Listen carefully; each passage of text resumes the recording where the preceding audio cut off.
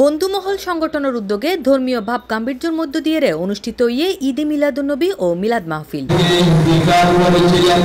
সেপ্টেম্বরের 21 তারিখ শনিবার নগরের লালখান বাজার 9 নম্বর হাই লেভেল রোডত অবস্থিত আলী সৈয়দ খান মঞ্জিলত মেজে এই মিলাদ মাহফিল অনুষ্ঠিত হয়। এই সময় মাহফিলত মেজে প্রধান অতিথি হিসেবে উপস্থিত আছেন 14 নম্বর ওয়ার্ড বিএনপির সাবেক সাধারণ সম্পাদক নাসিম আহমেদ। প্রধান বক্তা হিসেবে উপস্থিত আছেন জমিয়তুল ফালা মসজিদের পেশ ইমাম জালাল আল কাদেরী। লালখান বাজার বন্ধুমহল কর্তৃক তারা আজ প্রায় 7-8 বছর ধরে ঈদে মিলাদুন্নবী মাসের মধ্যে প্রতিবার নুরানি মাহফিল আয়োজন করে।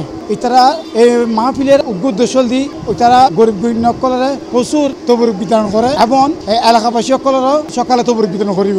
তারা মুখ্য উদ্দেশ্য দিয়ে মানে গরিব উদ্দি যেন তবরুক পা গরিব যেন একটা বছর একবার একটা মাংস দিবা দু হাজারে তারা মুখ্য উদ্দেশ্য দিবে।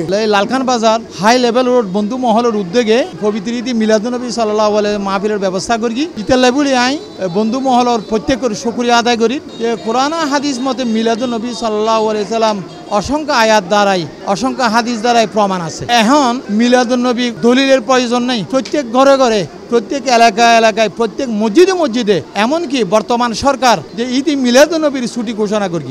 সুতরাং ঈদ মিলাদুন্নবী কোরআন হাদিসের আলোকে আছে। ইবি হন বেদাত নয়, অন্য হন শিরিক নয়, কিছু নয়, ইবে মুস্তাহাব একখান জিনিস।